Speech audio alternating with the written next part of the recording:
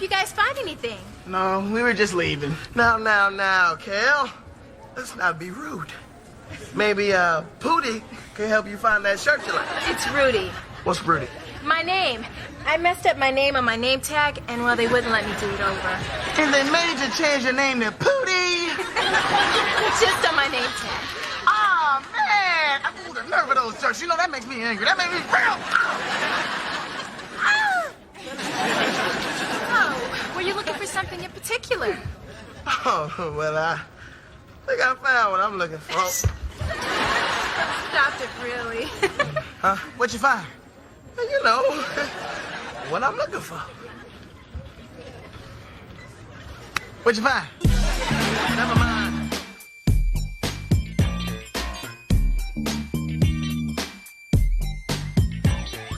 Welcome back to Kenan and Kel with Adam and Aaron. If you're thinking that my name is Adam, you'd be right. And if you're thinking that my name is Aaron, you'd be right again. Yes, and we are joined for the first time with a third... Oh, sorry, that's ominous. There's a storm right outside here. I can hear, yeah, wow. Yeah, we're joined by our wonderful fan Wesley from the UK. Hey guys, it's a pleasure to be here today. Yeah, well, Wesley and I connected over Goodreads. I was looking up the various Kenan and Kel books and novelizations and stuff that they have out there, and he happened to be an expert, one of the few people that's reviewed Frank and Kel. I'm sorry, I think it's Frank Kelstein? I think it's Frank Kelstein, yeah. Yeah. There's like, what, half a dozen people on Goodreads who've ever read that book in like the last 20 years. Yeah, and you being one of them, like Me really. being one of them. I had no idea that real people wrote the Goodreads reviews. I didn't know that was. I did not think I would ever meet somebody who. I feel like I'm talking to royalty. I figure with genuine high-profile books, there's got to be a bunch of kind of junk in there. But I don't think anyone's paying anyone to review Frank Kelstein, you know? No way. Absolutely That's not. true Kenan and Kel love right there. So yeah, I sent you like a message about the book, and then you're like, "Hey, I actually know the podcast you're talking about. I'm following you on Twitter." I'm like, "Oh yeah, you are. Come on for an episode." That was amazing. Like, I saw I had a message from Adam, and before I even like read the message, I was like, well, this has got to be about Kenan and Kel. Like, there's no way there's two Adam Lemmers in the universe that I'm aware of, you know? That's on Kenan and Kel. Yeah, well, great to have you. So tell us a little about your Kenan and Kel history. So I'm based in the UK, as you said, and growing up, Kenan and Kel got big here a year or two after it did in the States. So Nickelodeon started airing it here, I think in 97, so like a year after it started in the US. And then around 99, the BBC started airing it as well as part of their like children's BBC strand. So it was around 99, 2000 that I really started getting into it. I was 8, 9, 10 years old around that time. And it just seemed to explode at my school. Like everyone was really into it. It was like everyone was jealous of the people with cable who could watch the newer episodes on Nickelodeon before it hit free-to-air BBC. Right. Yeah, so I got completely hooked. Like I was already into some of the Nicktoons. Like I watched a lot of Rugrats and Hey Arnold. Kenan and Kel was the first live-action Nickelodeon series that really grabbed me. Like I stumbled onto an episode one day, and I'm fairly confident that episode was Close Encounters, the episode we're discussing today. No way. Which is why I suggested that maybe I could join on this episode. Mm-hmm. So I tuned in halfway through, and like I was enthralled by the farce. I fell in love with Kel immediately. I started to proselytize about the show to my friends. And yeah, it's remained an all-time favorite ever since. Like, you know, I've grown up. Obviously, I've got into a lot of so-called adult shows over time. The Simpsons is my number one favorite show ever. Kenan and Kel is right behind it. And when I tell people that, they often give me a kind of sideways glance. But I rewatch the show pretty much every year, and my wife is really into it as well. I spend a lot of time, you know, persuading my sister and parents to get into it as well. So, yeah, it's been a huge part of my life for like over 2 decades now. It's awesome. That is so cool. Wesley, was this like kind of love for Kenan and Kel the thing that got you into like reviewing TV and movies? Because I know you said that you did that. That's right, yeah. So I write about TV and films in my spare time. As I say, I was into cartoons, and I got into The Simpsons around the same time. But Kenan and Kel was like a stepping stone to kind of getting into sitcoms in general, I'd say. Like, it felt more adult than a lot of the other stuff I was dealing with, while still obviously being very accessible to a kind of 9-10-year-old. Nickelodeon in the UK was the UK home of Sabrina the Teenage Witch and Sister Sister, which I think they had on regular networks in the US, but they're kind of a step up again. So it was definitely that stepping stone into getting into adult shows. And yeah, it's just one of those, like, I have such huge nostalgia for it, but also it just holds up really well. One of my first paid commissions was to write about the top 100 greatest TV Christmas episodes of all time. And I was like, finally, someone's going to pay me to write about the Christmas episode of Kenan and Kel. Oh, I couldn't justify putting it at number one, but I put it pretty damn high. And I was thrilled that someone just paid me a couple of bucks to write that entry, you know? Yeah, that's awesome stuff. Yeah, honestly, I see that everywhere I look, like across Twitter and stuff like that. Whenever people rediscover Kenan and Kel, they love it. They say it holds up. Absolutely. I mean, there's so many tween sitcoms, and I genuinely don't think it's biased. You know, I've shown people Kenan and Kel as an adult to adults who haven't seen it before. Yeah. I show them favorite episodes. The Christmas episode, Parental Guidance is one I go back to a lot. And you know, genuinely people say, actually, this is pretty decent. This holds up as like a regular sitcom. This should not be tween only Nickelodeon stuff that should have been left in the last millennium, you know? Yeah, right.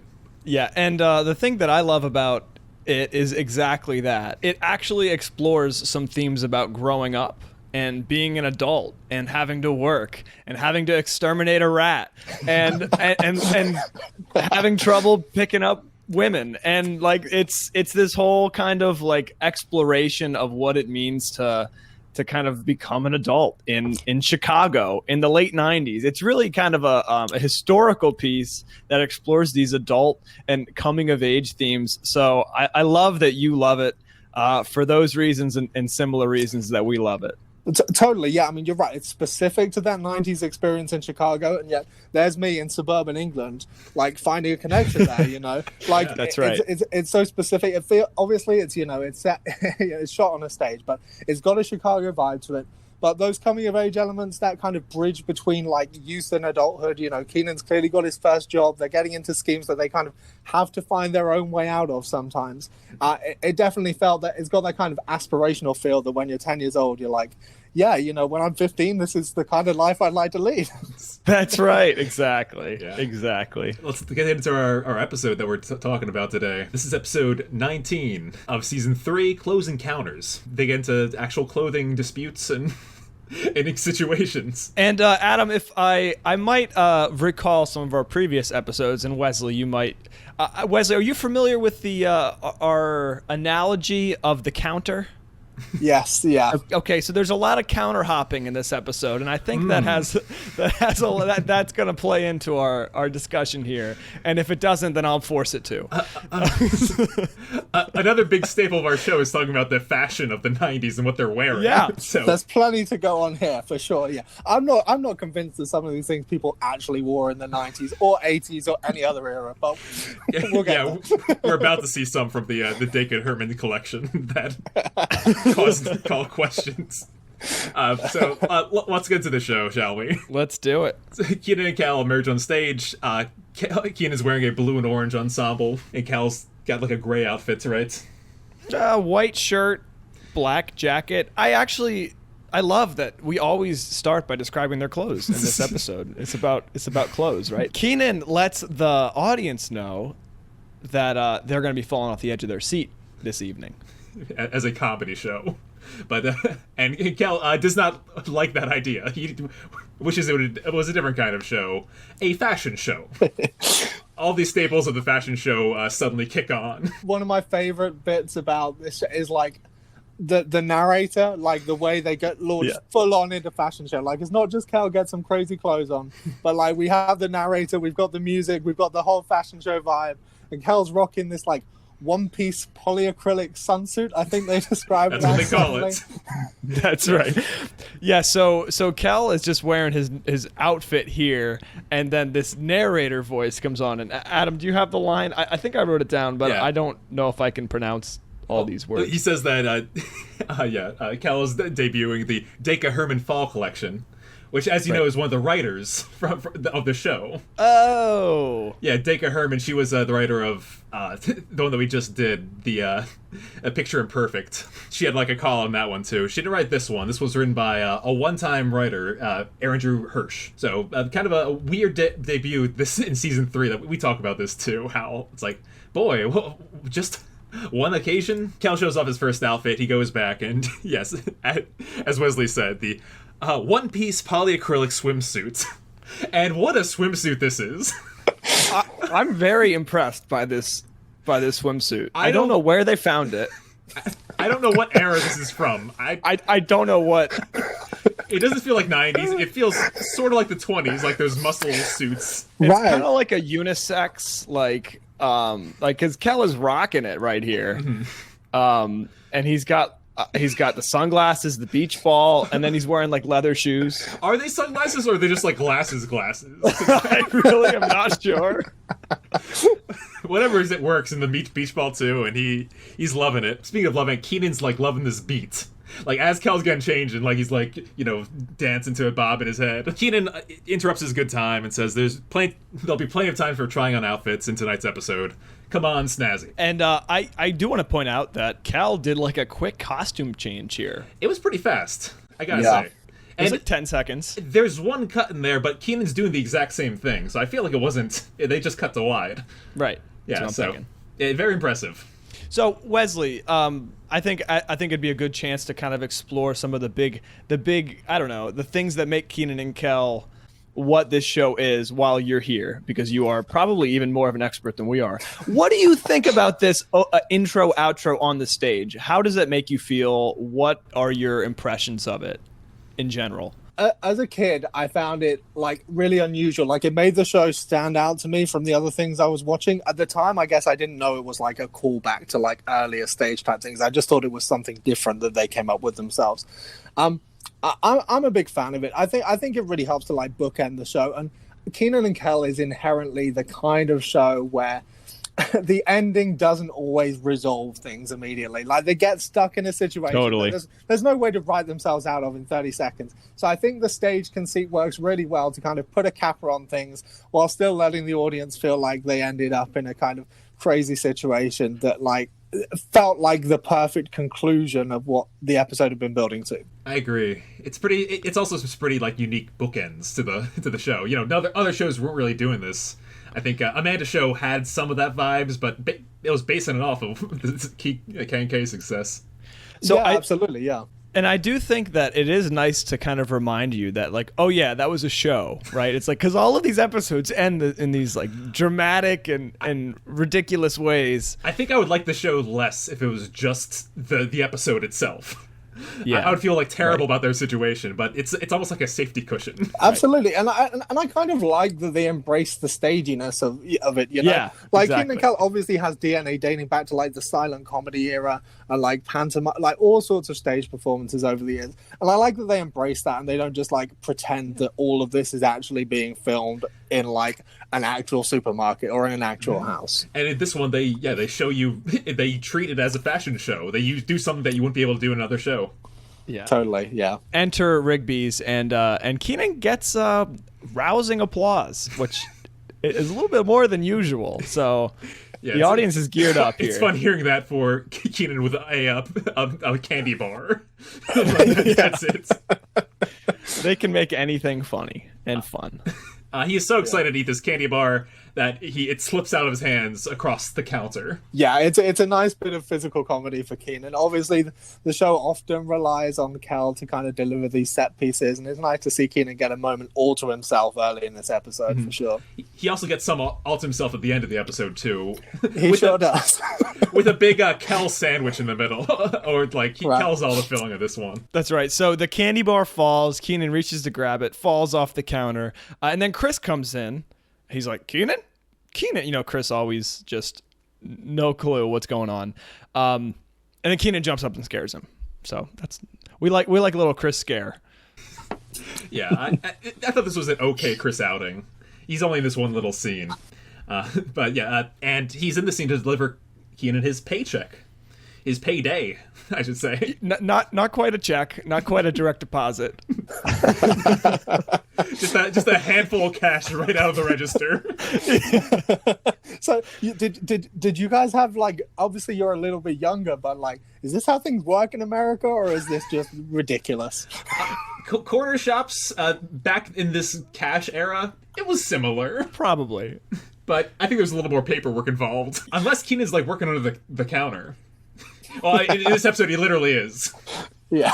Yeah. There's not really. It's very confusing what's happening. I did get, when I worked at a restaurant, I did get my tips paid to me in just cash. So I would get they would sometimes try to switch out the ones, but sometimes they didn't. So I'd get like 80 ones. I was like, wow, thank you. So that's as close as I get. I don't handle much paper money these days. Yeah, it feels like a throwback. In some ways, Right. that element is even more dated than the clothes. You're so right. I will say the clothing store aspect in the mall is very on point. I felt this exact same way at the outlets, the Philadelphia outlets. Yeah. The retail hasn't changed a whole lot, but No. we'll get there, people. We'll get there. So Kenan looks at all the money. He starts fanning himself, and then Chris starts to just kind of grab a couple. Like, oh, this one is. I'll take this for when you showed up late last Tuesday. I'll take this for when you broke the jar of pickles. I'll take this for. Oh, can't forget the lawnmower incident. And then he just takes a little extra because Kenan's a pain in the butt. Yeah, I like how Kenan assures him that the police officer said that the lawnmower accident was an old lady's fault, and then Chris is like, "Oh, okay," and he doesn't give any money back.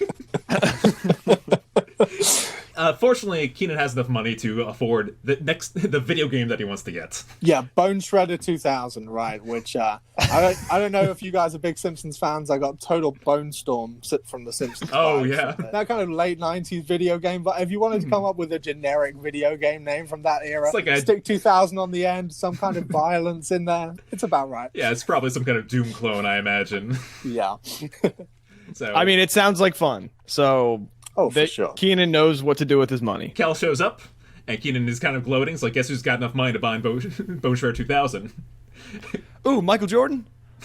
No, not me. I don't know. Michael Jordan has a lot of money.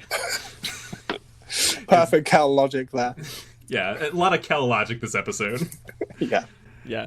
Enter our favorite couple, Mr. and Mrs. Rockmore. Yes, they're grabbing a couple things at the corner store because of a baby shower that Cheryl's throwing. Wesley, did you take extensive notes? Do you know how many ladies are going to be at the Rockmores? I believe it. Is it 22? And then It's Kel's 22, yeah. It takes 22 women to shower one baby. Yes, exactly. That's what Kel says, yeah. It makes perfect sense that Kel would not be familiar with the concept of a baby shower at all. I totally buy that. Yes, good writing, good logic. Yeah, I also think when I first saw this episode, I didn't know what one was either. Yeah, I mean, like 8, 9 years old, I count them. This is probably my first exposure. Yeah. And Cheryl, she has like a nice educational moment here. She goes like, no, a baby shower is when, it's like you celebrate before you have a baby and you have a party. And then Kel goes, but why you got to clean it or something like that? Yeah. Must be. It takes 22 women. Must be a dirty baby. Yeah, he's just stuck on that idea. Like, they keep explaining it to him. And then eventually Kenan's like, did you hear anything we just said? I was like, No. Perfectly delivered. But hey, it's quitting time. 12 o'clock on the dot. Kenan leaves immediately to go to the mall. It is definitely not quitting time. First off, I'm a little confused because usually payday's on Friday. Maybe it was a little different back then, but it might have been on Saturday. Who knows? Midday Saturday, I guess. Midday Saturday, but I feel like he shouldn't be leaving. Like, how could he have done a full shift by then? There's no way Rigby's is opening at 4 a.m. It's 12 o'clock. It's like lunchtime. Isn't when they should have a lot of traffic at They this should point? be getting rush. people in for some, like, snacks. Yeah. Wesley, do you have corner stores in your town? We do, yeah. There's a corner store. We generally call them news agents here, because they're famous for selling newspapers. Okay, But yeah, cool. there's one about 100 yards from my house. And it's similar vibes to Rigby's. Oh, honestly. cool. Okay, nice. Kind of independent, not a lot of stock, one of everything, But I'm glad that's ubiquitous. Yeah. It just makes sense. Like sometimes you just need like a little bit of an ice cream sandwich here or there. But exactly, and they were the last store in my town to start accepting credit card payment. So. Oh, wow. Yeah. Oh, that's perfect. You guys have what are they? Love those. Cornetto cones over there, right? We do have cornettos, absolutely, and they are a newsagent staple for sure. Nice. Yeah. So before Kel leaves, he says, "Don't forget the soap," and he grabs a bar of soap and he hits Roger in the head with it, adding to the tally of things that hit Roger in the head. And the look on Ken Forey's face is amazing. You can tell that like he was not expecting that, or he's surprised. And like Cheryl's like covering his face to hide him cracking up. I agree. I mean, it's either really sometimes I think he is on the verge of breaking at Kel's antics, and this is one of those times. And we talk about this often, but our favorite scenes are the scenes when a character, like one of these actors breaks character, because it's just so. Some of these things are so ridiculous. It feels like so Kel real. Kel is just smiling the whole time, and he just straight up throws the bar of soap and hits him in the head. It's so funny. It really is. There's no way that I could keep a straight face if I was witness to this or involved in it. Just no damn way. No. So let's join them at the mall. This entire mall scene takes place in 2-3 rooms, I guess, technically, of this clothing store. Did anyone of you see the name of it? I didn't catch one. I don't remember hearing a name. All Didn't right. see a name. Looking up this episode, a lot of clothing stores call their place closing counters. So I'm just going to assume that's the name of the store. Well, there you go. Make it Yeah, easy. that works. So Kel, as they're walking to the video game store, is immediately entranced by what piece of clothing, Aaron? So it's a camo shirt, but it's not your normal average everyday camo. It's a bright green camo. Yeah, some real 90s camo. Which matches the shade of Kenan's shirt, which is a bright green, like, one of his checkered shirts, open, Oxford, whatever, and then he's got the Oxford. Oxford is in England. Wow. I don't talk to many people from across the pond, but this is exciting. I'm just excited to hear an American utter the word Oxford within earshot. Oh. Kel sees this shirt, immediately goes in and wants to try it on. Is this a similar experience to the shops in England? Clothing retailers, are they like this?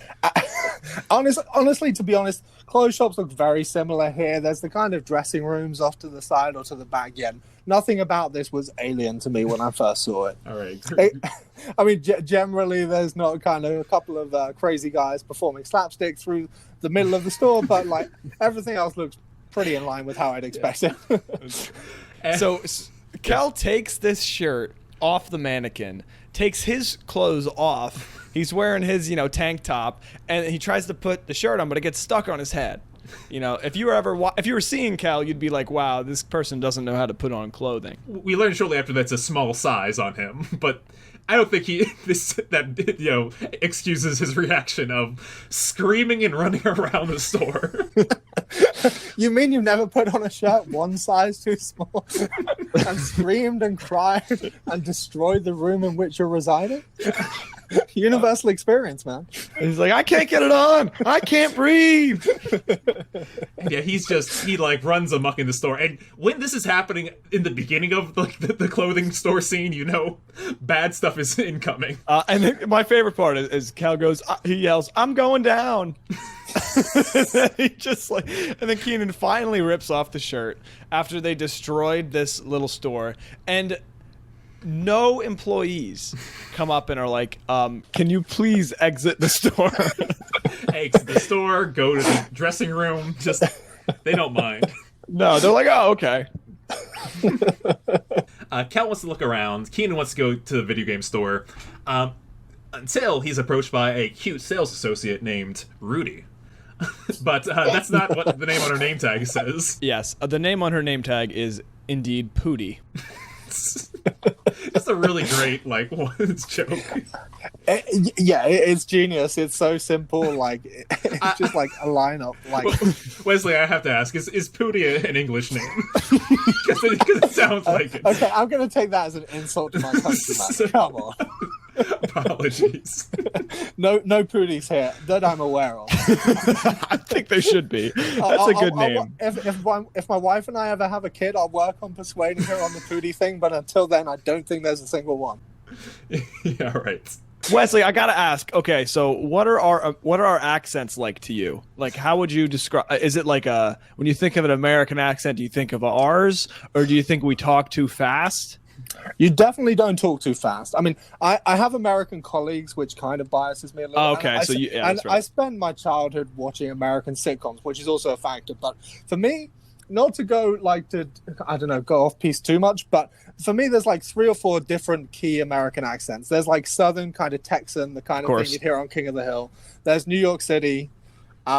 There's California. And then there's like generic American, which is where I'd put you guys. Not as an insult at all, but like you're super clear. Like I can understand every word. You just sound like if I was trying to imitate an American, which I will not do. We won't do the other. Yeah. You don't do the reverse, but like you guys sound like the platonic ideal of what Americans should sound like. Wow, yeah. I feel like that was a compliment. Thank you, 100%. Your voices are a pleasure to listen to each and every week. Oh, I'm blushing. I guess I should ask the reverse, right? What does my accent sound like to you guys? On par. Yeah. Similar experience. You sound like you're from England. Yeah. Makes sense. I'm from the Southwest, and it's kind of a rural area, and people around here tend to have kind of a farmer accents that like ooh, that kind of vibe. But generally speaking, when I deal with Americans, they say I don't have that sound, that cadence to my voice, thankfully. What's interesting, I don't know if you're familiar with the HBO show Mayor of Easttown. I have watched it and loved it. You watched it? Okay, yeah. So she is right near where Adam and I. And so there's Kate Winslet putting on a Delaware accent. We're not quite Delco, but that accent, so I'm living in the city of Philly right now, and it's like I get more of that accent coming through, which is just like this kind of like draw. It's like a little bit of a draw, a little bit of just like a slurring and fast talking. And anyways, I thought it was interesting. So they have a back and forth with Pudy. Kenan's kind of Rudy. Yeah, that's the back and forth. That's the joke. Yeah. Cal's all they made you change your name to Pudy. She's like, no, I just messed up on the name tag. Yeah. She's all, can I help you find anything? And Kenan's all, oh well, I found what I'm looking for. And Cal just doesn't get it at all. What'd you find? Completely oblivious. Yeah, he's like, what'd you find? Ultimately, Kenan trusts her to show him some of their new gear. And that new gear, what does it consist of? Well, first off, she goes, you guys should try our new gear. And then Kenan, has never heard the word gear before. So he's like, oh, yeah, gear. Yeah, I like gear. I'll try on some gear. Show me your gear. Not to kind of dive in every kind of sentence or whatever. Gear in Britain, and in particular Scotland, is slang for heroin. Really? More often used for that than for clothing. So that sequence kind of sounds a bit odd to English ears. For us, gear is more like sportswear than I think regular clothing. Like uniform, yeah. Like knee pads and stuff like that. That makes sense, yeah. Yeah. You learn something new every day. That's new. I think we're gonna keep on learning as this episode goes. I'm sure. What outfit does she pick out for him, Kenan? Aaron? Oh, I thought you called me Kenan. There's too many people. I'm starting to add more people. She picks out rice paper and beanstalk pants. Sounds delicious. They're these white pants. They're all thick and they clearly have no mobility. I don't know if you could even wash these pants without making a side fish. They disintegrate. Yeah, exactly. Yeah. And then there's this shirt. It's like a fish shirt, but it also has this I would say wallpaper vibe to it. Oh yeah, 90s wallpaper. Yeah. It's like 2-dimensional fish serpent art. And so this outfit is horrendous. And Kenan looks at Kel like, what is happening? But I think this girl's cute, so I'm going to play along. Yep. So they go, she escorts them to the dressing rooms. Kel grabs a bunch of crazy stuff off the shelves. Which, of course, he thinks looks good. Yeah. Do you guys want to describe what the Wesley? Do you want to take a shot at calling out what Kel is dressing himself into? Oh man, so his shirt is like almost like patchwork, like made of two completely different elements. Like the top, we've got this kind of yellow, green, and brown kind of stripy pattern, and then we've got blue like diamonds, like shiny blue diamonds on the second part of it. It looks kind of bizarre. I feel like the pants are or trousers, as we Brits say, were relatively plain in comparison, but that shirt, yeah. It's going to be in my nightmares. It almost has like mariachi sleeves. Yeah, that's a good way to put it. It's pretty insane. So Adam, I know we're kind of like, you know, making some moves on our future merchandise for the Kenan and Kel with Adam and Aaron podcast. Would you consider trying to find this shirt and sell it? Well, let me put it this way: if we find it, it'll be at the bottom of the price tag. It's at some thrift store somewhere. Yeah, it'll be bottom shelf clearance. There might only be one, and this might be it. I don't know. That's it. I don't know if they mass produce this, but maybe one day we can open a museum and just like start. We can just buy this stuff and have a Kenan and Kel museum. Yeah, I think it's possible. So Kenan and Kel are kind of gossiping back and forth about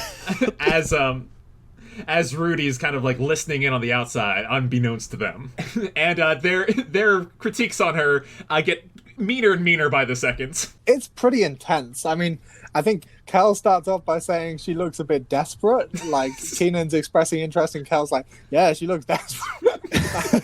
and then Kenan starts on the stupid, ugly rice pants, which, you know, justifiable. But that branches out into a bad tasting clothing in general.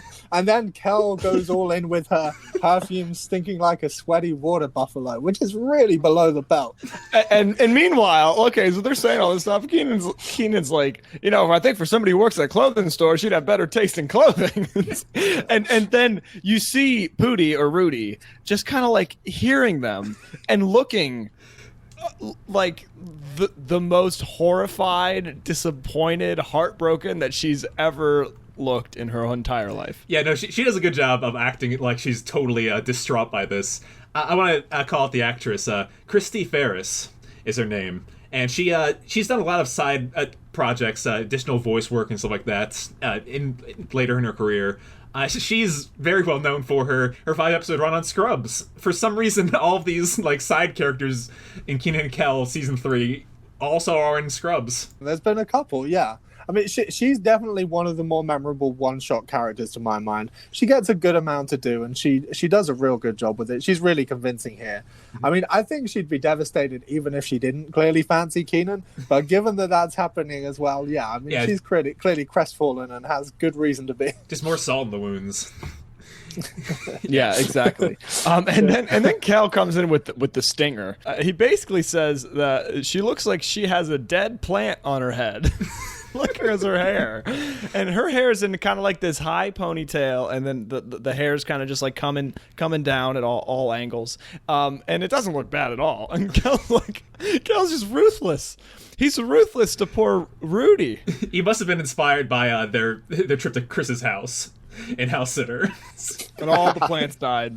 Yeah. So they quickly learn. A lady comes in and asks her to open up one of the doors, and that's when Kenan realized, like, oh, you've been listening in the whole time. You heard what we said about the sweaty water buffalo and all that? And she's like, yes, I did. And she's just aghast, kind of storms away. If you're looking for me, I'll be watering my plant hair. And Cal's still oblivious at this point, right? Yeah. He's just like, yeah, go ahead, have a good time. Real Ed from Good Burger Moment is, okay, see you later. Yeah, he has these moments where he's kind of like in his own character, right? Like Kel is putting on this outfit. Kel's the hero of his own story this episode. And he's just kind of like in his own little world. Like he's got this outfit on. He loves how he looks. And he's like doesn't care. Those people are backstage. Like it's all about me right now. Yeah, this doesn't match the Kel that we saw like last episode, but it's a whole different one that I'm a big fan of. He's, as we're about to see, he's very positive. That's right. Kenan is distraught by like the fact that Rudy's running away. So what goes down? Kenan is like, oh no, I just hurt this girl's feelings. let me try to make it up to her by putting on this outfit that she gave me. So he's like, wait. And so he puts on the rice pants. And what happens to the paper thin rice pants? Paper thick, maybe I should say. I don't know how to describe this. Wesley, explain what happens here. They tear as he's trying to put them back on, inevitably. This massive, great gaping hole appears. Basically, in two. Like, they just attach at the belt. They're no longer a pair of pants, it's fair to say. They're two individual pants that are tied together. Yeah. So he heads back into Kel's changing room and sets Kel the task of finding an identical pair. Which I think Kel's response is, it's going to be hard to find a pair with the same hole in it. Yeah. He leaves the changing room, goes into Kel's, and he shortly runs into trouble because he locks himself out of both of them.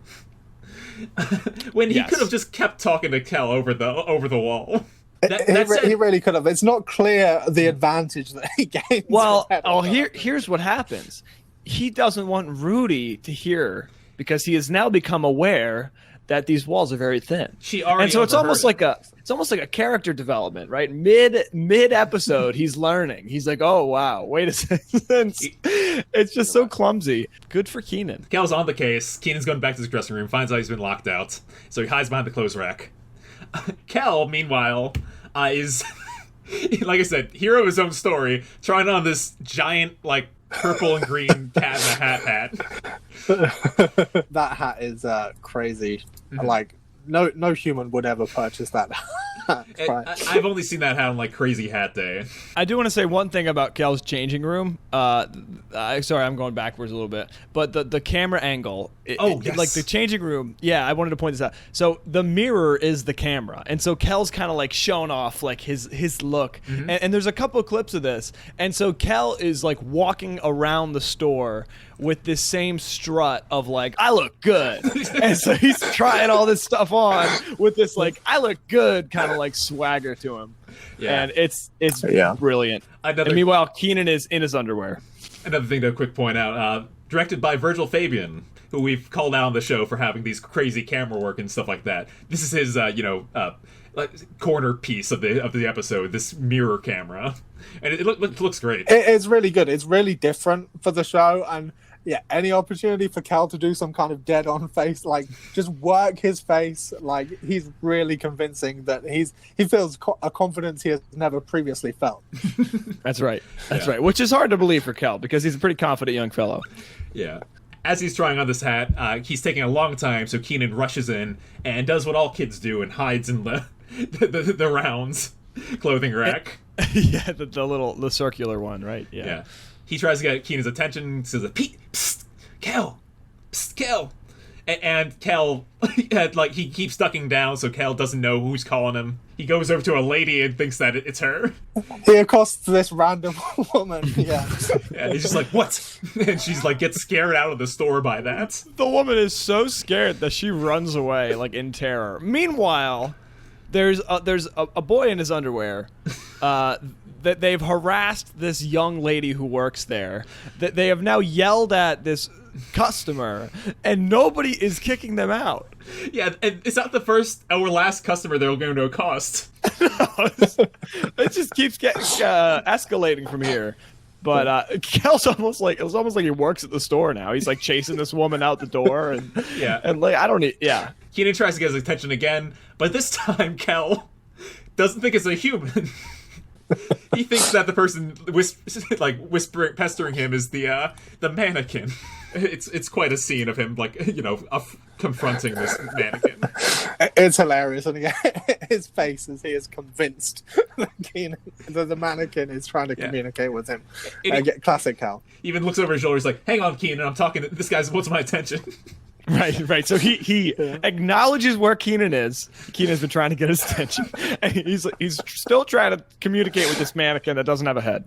who's wearing all orange, by the way, which maybe he feels like he can communicate with this mannequin because of their orange inside, outside connection. I did not read into that. I enjoy that logic. That is some Kenan and Kel logic. Okay, so now Kel goes over, and we got this great zoom in where Kenan's on the inside of this clothing rack. Kel is they're both kneeling. Kel's on the outside, and there's like a whole the Red Sea parts of the clothes, and they're like communicating. Does somebody want to explain their interaction, because it was too confusing for me to follow and take notes on? It's a crazy back and forth. Do you have this one, Wesley? Cal reports that they had, he reports they had no more pants in Kenan's size. And Kenan's like, well, don't you think you should have come and told me? And Cal's like, well, he's got this kind of twisted pretzel logic where he's like, well, I was gonna, but you were here, and if I had gone over there, then you wouldn't have been there. You'd have been here. Which is, he has a point, but bad time to make the point. Totally valid in a way. But, yeah, kind of nuts. Yeah. So Kenan then asks Kel to pass on the message to Rudy to reopen his dressing room, I think. Mm-hmm. Yeah, Kel's like laughing at Kenan a little bit because of this. So Kenan's hiding. Kel's getting Rudy to open the door. Meanwhile, a man is reaching into the circular clothing rack. And what does Kenan do, Aaron? He bites him. Yeah. So the man recoils drastically. Another patron looks at him, and he's just like, the pants bit me. And then causes the other guy to run away. Kenan and Kel have lost this business so many customers. I mean, clearly Rudy is like overworked. There is no management here today. There is no one to deal with this situation. There's no one paying attention. So before Rudy unlocks the door for Kel, she lets in this other lady into what she thinks is an empty dressing room that Kenan was in. Can I describe this woman? Yes, please. Okay, so she has red hair, glasses, and like a blue skirt with like a cardigan, and she has total like evil middle school principal vibes. Yes, I know exactly what you're talking about, especially with the outfit that she's about to change into. That's right. She's like straight and she does not care about Rudy like being all. Yeah, because Rudy sees right.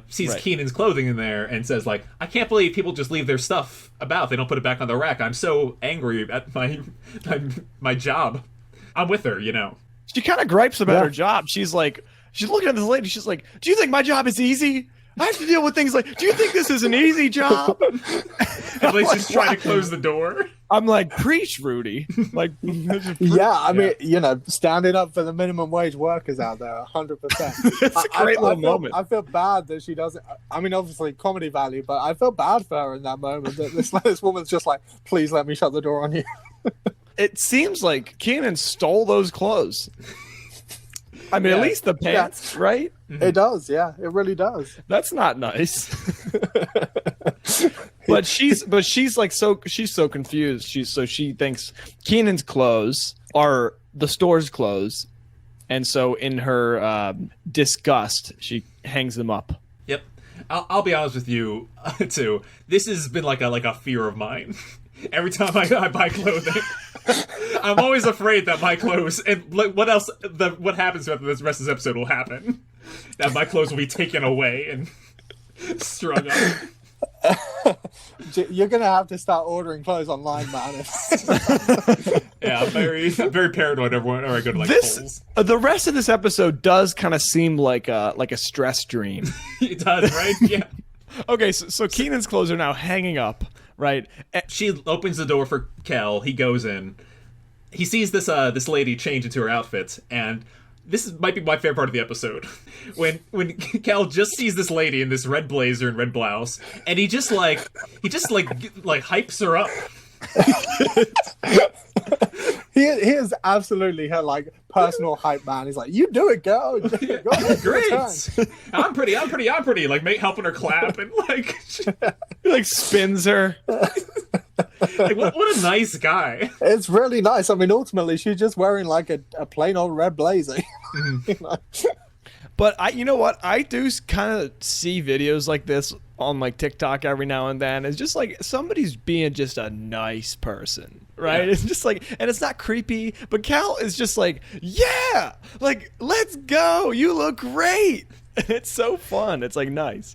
Yeah, It's genuinely nice. Yeah, I mean, as is so often the case with Cal, like it's possibly a little bit overboard, but it's a real good example of him being a genuinely nice person in that. yeah, for sure. So so he reports back to Kenan that your dressing room's open. Kenan sneaks in there, but his stuff's not there anymore. What is there, Wesley? So he gets there and he finds the middle school principal looking lady's clothes, and he gets in there. He's like, "Where are my clothes?" He starts looking around, and shortly he is confronted by the woman who's been in there. She's got this really shocked, horrified, appalled, but like she finds this dude in his boxer shorts holding this her like cardigan up to him to kind of cover himself. Mm-hmm. She is horrified. And what he does, for some reason, is like put her glasses like on him and like kind of model the dress a little bit. Like, what do you think? Which is the wrong thing to do. Absolute desperation in the moment. Like, oh. I would be scared if that happened. It's very creepy. Yes, and she rightly freaks out that this happens, and we cut to commercial. He is going straight to her office for a talk. Yeah, we cut to commercial with Kenan like slouched, still in his underwear, just kind of like, what's happening? How did these past 5 minutes go? Like, so after the commercial, Kenan sneaks into Kel's dressing room, and the lady comes back with Rudy to like say like, "There's a man in here." Like, Rudy makes sure the close is clear and sees that no one's there, and she's very much like, was someone really in here? Which I do not think. This is not the time for victim blaming. Right, and then she like just closes the door on her and walks away again.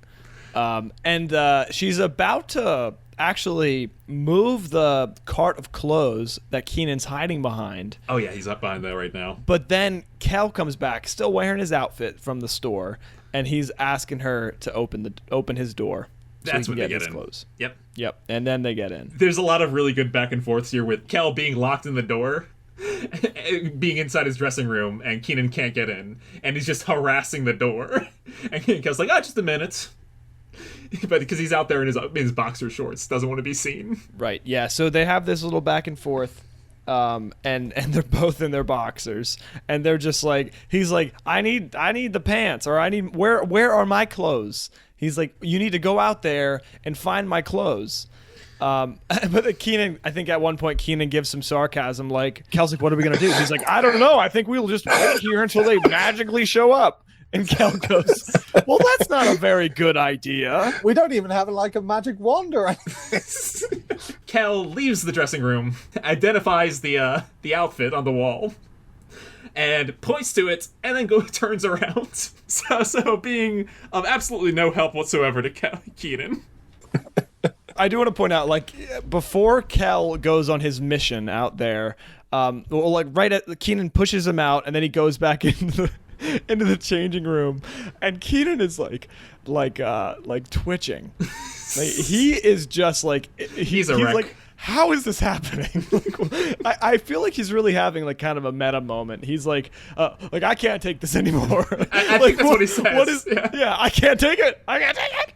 It's like, what is this? Is too farcical even for me. There's no way this can happen to anyone. Right? He's like, this stuff keeps happening every week. Every weekend something else happens. Yeah. On Kel's return back, when he passes the mannequin, he gives him like the thumbs, the fist bump. Yeah. Fist bumps him. It's great. Kel, prompted by Kenan, goes back to the shelf, but the clothing is no longer there. What's happened? A patron has looked at the clothes and thought that they were worthy of trying on. Yes. Because he thought he would look good in them. So he takes them to the changing room. Kel, on this guy's way to the changing room, he says, "Oh, those are great clothes. They would look great on you." They're Kenan's clothes that he is trying to retrieve. He directs him to the dressing rooms. He says that they're perfect for you. It's like, dude, come on. Kel sees that the Kenan's clothes are no longer on the wall, and he has a mental break of his own. Just tries to cast some magic spells to make him return. Like he's like just playing like peekaboo with the wall. Covering his eyes and then looking again. Goes right outside the shop to look if they're outside the shop. It's nuts. He takes somebody's like bag that they bought from another store and looks at it. Like, he's going ballistic. He's checking everywhere.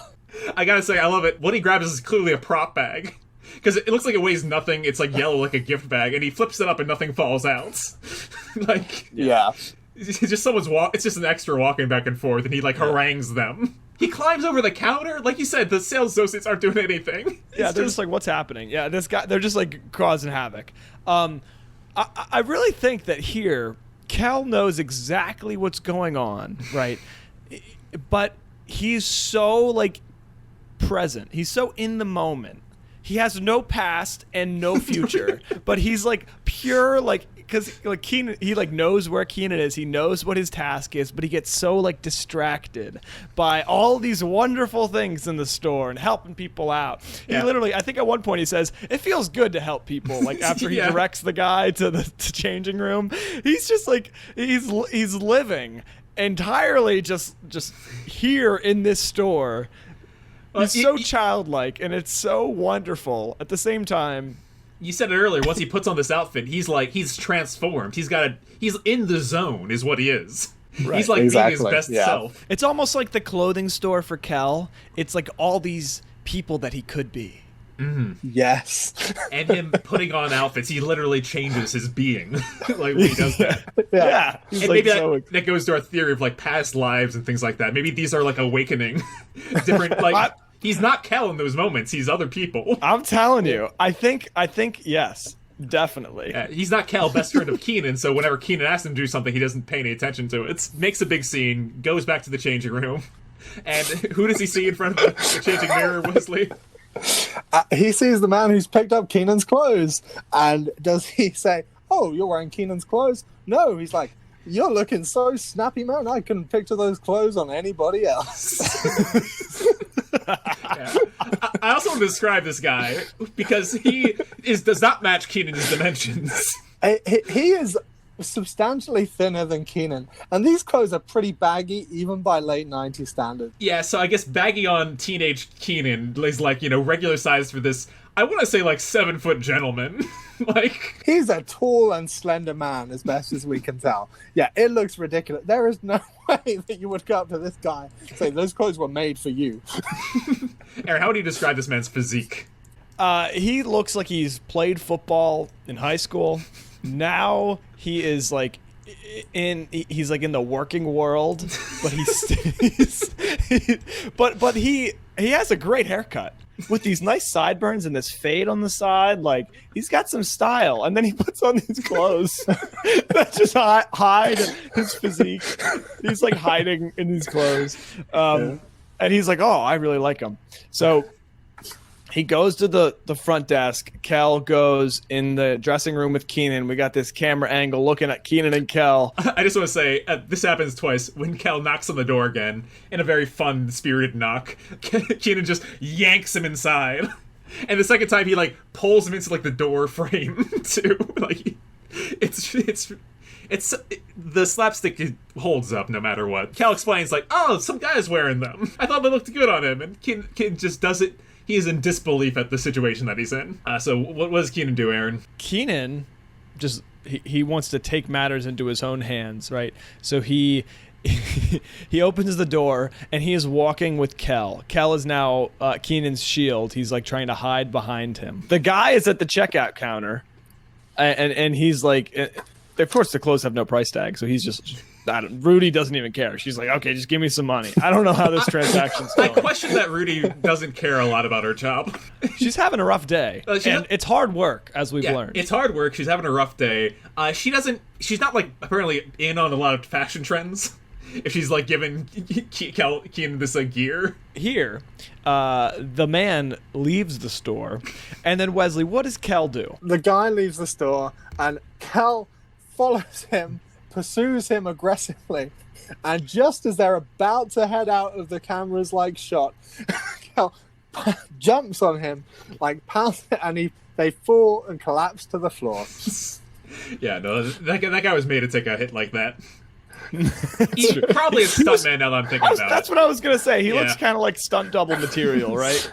Maybe not double, man, stuntman. Stuntman material. It's a proper big jump because, the guy's right there. He's 2 feet from Kel. Kel can tap his shoulder. Kel does a full-on jump right onto the battlefield and pulls him down. If he was in leapfrog position, Kel would have cleared him. That's how big Kel's jump is.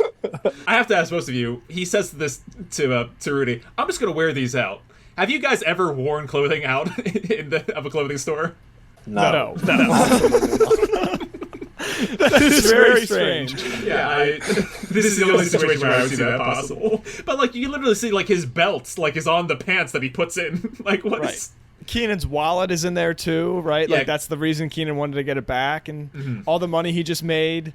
Yeah, very strange. Yeah. So, out of nowhere, here's Kenan standing in the store. Kel's now gone, his shield. So Kenan's standing exposed with his underwear. Out of nowhere, these 4 little kids, at 7 years old, 8 years old, come. No, maybe younger, 5 years old. I don't even know. Yeah, I think 6 is where I tag them. 6, sorry. And why is there this gang of 4 6-year-old children in the shop? Apparently, kind of unaccompanied, just stood there as a gang. Yeah, there's this little That's gaggle not what I wanted to do when I was 6 years old. In that adult clothing store. I didn't think about that. That's really funny. I feel like they had more extras because this is an extra heavy episode. I feel like they had these kid extras and they're like, oh, we don't have anything for these kids. Well, whenever I see kids on the show, they never have many lines. I always think that they're audience polls, which I feel that feels right to me, that they take kids straight out of the audience, hey, come here and laugh at Kenan. Good for you. So I could see that being possible, yeah. In cases where there's barely any dialogue, I mean, it makes sense. How do you guys fancy actually being in today's show? Yeah, that's probably a dream come true. Yeah, but yeah, they point at them. I think what was the girl say to him? What a dummy! Oh yeah. You're a dummy. You forgot to wear pants. Is another one. Yeah. That's exactly what happened. I forgot to wear pants this one. And at this point now, the middle school teacher comes back with the security guard, the mall cop, if you will. And I gotta say, good for her. This sales, she saw someone in there. She saw something suspicious. The sales associate wasn't helping her out. She goes up to that higher authority. Kind of a Karen move, but also I would do the exact same thing in her shoes. I think in the circumstances, it's fairly justifiable. Mm-hmm. Yeah, no, she's there with this mall cop, and he's just she explains that's the guy that was in my room, and Kenan just, as per usual, can't get an explanation soon enough. There he is, get him, and he's like, oh no, and he tries to do a quick dash away, and then you hear another shh. Yeah, his actual pants have departed. Yes. Right. Not only has his underwear ripped, they have fallen off. Yeah, they're fully gone now. Because I guess you guys spotted it as well. As he runs out, we do see that he actually still is wearing some form of boxer shorts, but he makes it clear to us by saying that, oh, I'm naked before he departs. Oh, I'm naked. And the officer, for some reason, picks up the pants and holds them, and looks at the audience what? Evidence.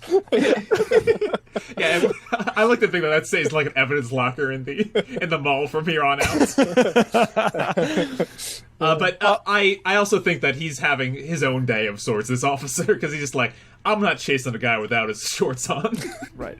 Okay, again, does this not feel like a stress dream? Yes, no, it's literally a stress dream. Oh no, I'm in underwear. Oh no, I've got no underwear. Right, I have to run to safety with no underwear, which is what Kenan does now. Yeah, and this next bit is on location, and that kind of adds to the dreamlike feel. I think this is literally a nightmare coming to life. And I gotta say, this is way better than any set if they were to film this on. But the fact that they're actually outside, I feel the embarrassment just so much greater. It does enhance that feeling, you know. If they were on a closed set, something like, you know, the fenced in episode or something where it looks like they're outside, but clearly they're really not, I think it wouldn't feel as kind of traumatic. But here you really, really feel for Kenan's plight. One shot's him crossing like a crosswalk, really holding his shirt down as best he can. What's the next shot, Aaron? It's a bus station with 4 gentlemen, all with something to do. Now, let me tell you, this is quite the bus stop. The one guy's reading the paper, the other guy's like drawing, the guy's reading a book.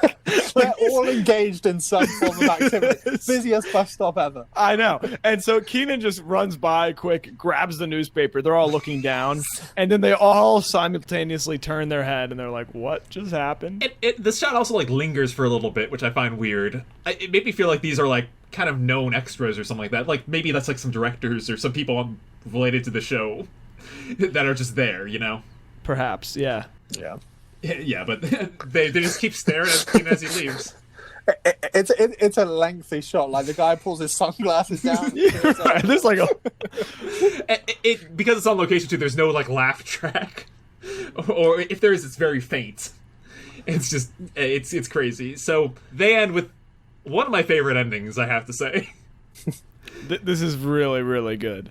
So Kenan opens the front door to his house, closes it. He takes a big exhale, tosses aside the newspaper, leans back against the door because it's like, I've made it. And what's we cut to the aforementioned baby shower with 22 women. I mean, maybe not 22, but we're getting on for it. It's the most people we've ever seen in the Rockmore residence, all facing directly at Kenan, along with his parents. His parents.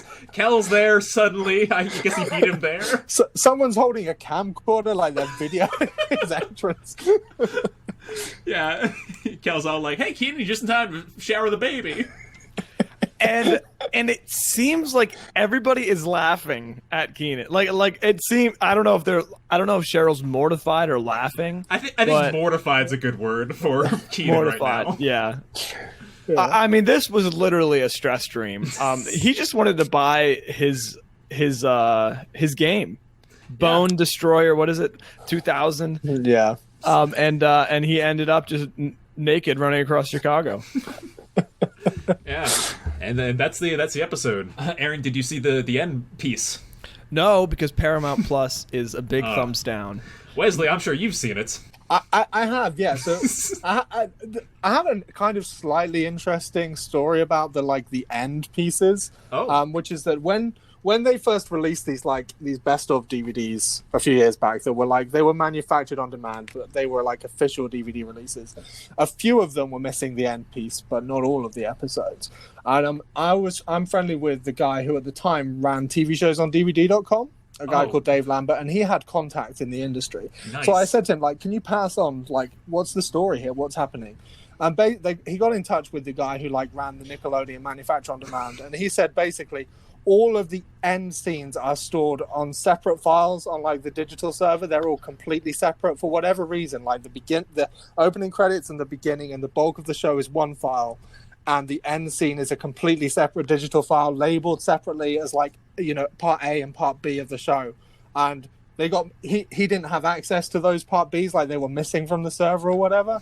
Whoa. So there's some crazy kind of inside baseball going on with how the masters of Kenan and Kel are actually stored there. Yeah, that's it. That's very interesting. What if you just expose them, Wesley? What if what if they've been listening to this podcast this whole time, hoping nobody would bring that up? Secret's out. Yeah, they just love the fact that we're baffled at every episode. They're hoarding these end knowledge. Cuts. Yeah. Well, that makes sense. Despite the fact that it kind of why are they stored in this fashion? My guess is that it's because and this ties into what we were discussing earlier, the pre-curtain scene clearly does generally, they continue filming non-stop straight into the opening scene. So Kenan and Kel get backstage real quickly. Whereas this scene, obviously there's a lot of prep for it, and it is filmed entirely separately. Now, obviously, I mean, the show isn't just filmed in one take, so that doesn't really explain why this bit would have to be completely separate. But I guess there's some kind of logic in there. The DVDs have a few missing, we don't have Paramount Plus in the UK, so the only like streaming source of this is the Amazon Prime Video episodes, which have like some of the ones that the DVDs are missing, but is missing others. I've learned why one of them is not included. Why Bag and Sag and Kel isn't, and that's because in the bag off when Angus's food barn enters, they're playing on a speaker a Coolio song. The music stuff makes total sense. Yeah, copyright. Like, It's just not worth it to them. Yeah, it makes total sense. And I mean, for the missing episodes, like, I mean, I've got like downloads that are like generations old, and like the only source for this stuff. And it's such a shame that like this is an issue that like prevents people from seeing a good number of the classic episodes. Yeah, it's true. I recall it being our lower half.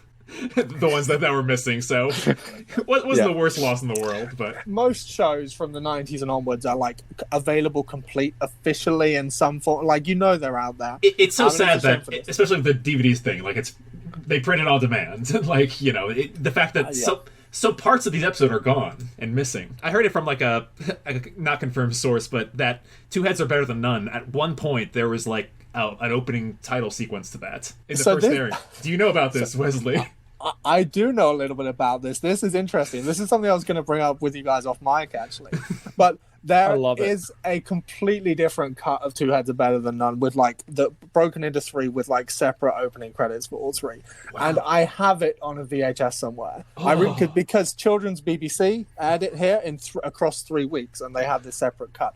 And I really need to dig the video out and get those like bits to you or on YouTube or something, because like as far as the internet's concerned, they just don't seem to exist. And I have seen them. You have them. Yeah, somewhere. We in the internet must see these. Totally. I'm gonna have to dig that out. I'm foaming at the mouth. Like for years I didn't even know that. I just thought it was accepted that there were like a couple versions of Two Heads Are Better Than None.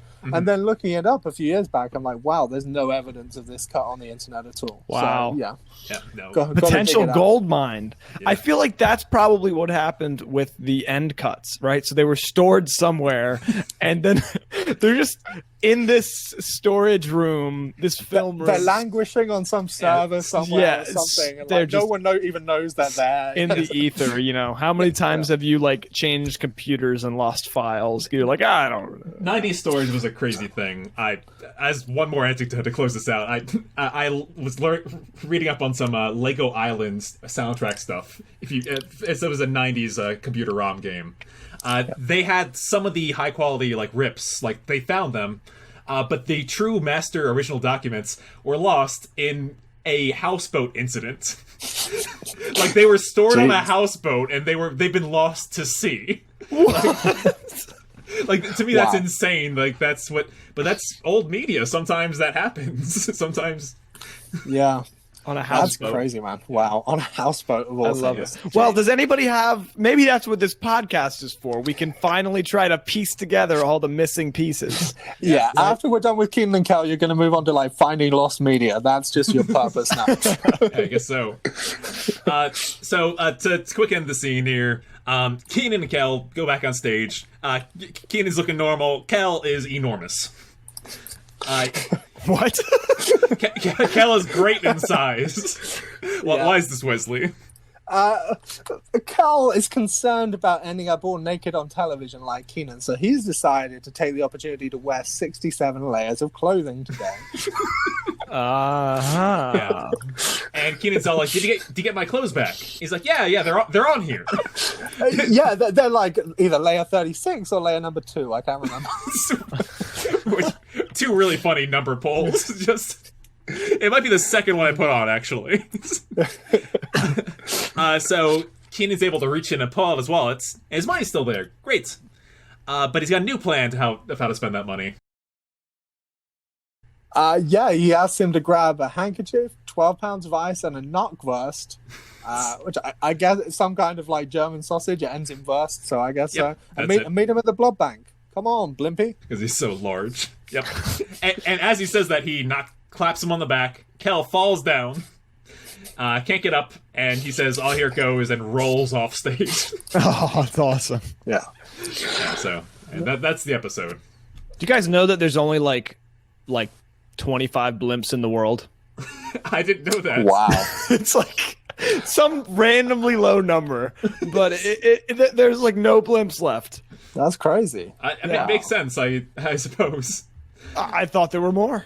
Well, Aaron and Wesley, I have to ask you, whose fault do you think this episode was, Kenan's or Kel's? Kel misses a few key opportunities here. You know, yeah, Kenan tears the rice pants. I think fundamentally we could have avoided the whole kind of concluding tragedy if Kel had had the kind of the intelligence to just pick up Kenan's clothes from the other side of the shop when they were hanging there. So I'm gonna go with Kel for this one, I think. Aaron, what are your thoughts? I have to second Wesley's logic. Yeah, this one is Kel's fault. I mean, Kel from the get-go, like he was so mean to Rudy.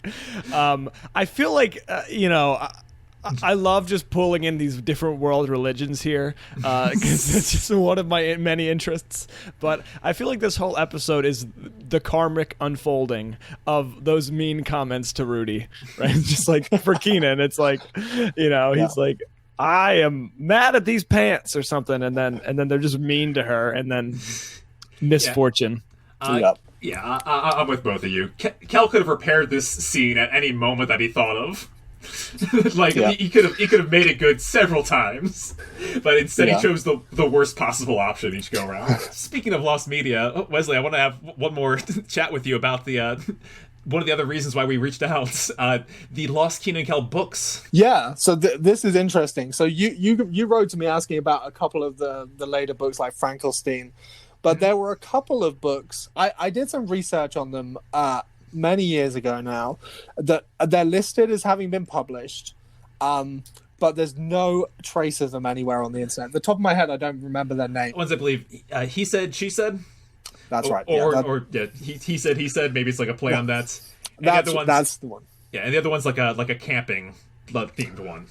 That's the one. Yeah. So, I really went down the rabbit hole with those a few years back to see if they had ever made it to print, and I eventually got hold of a kind of casual acquaintance who's a bookseller who looked them up on his like internal system, and he said that they were like deleted on the day of release, like discontinued on the day of release, which he says generally means they would never have actually been published.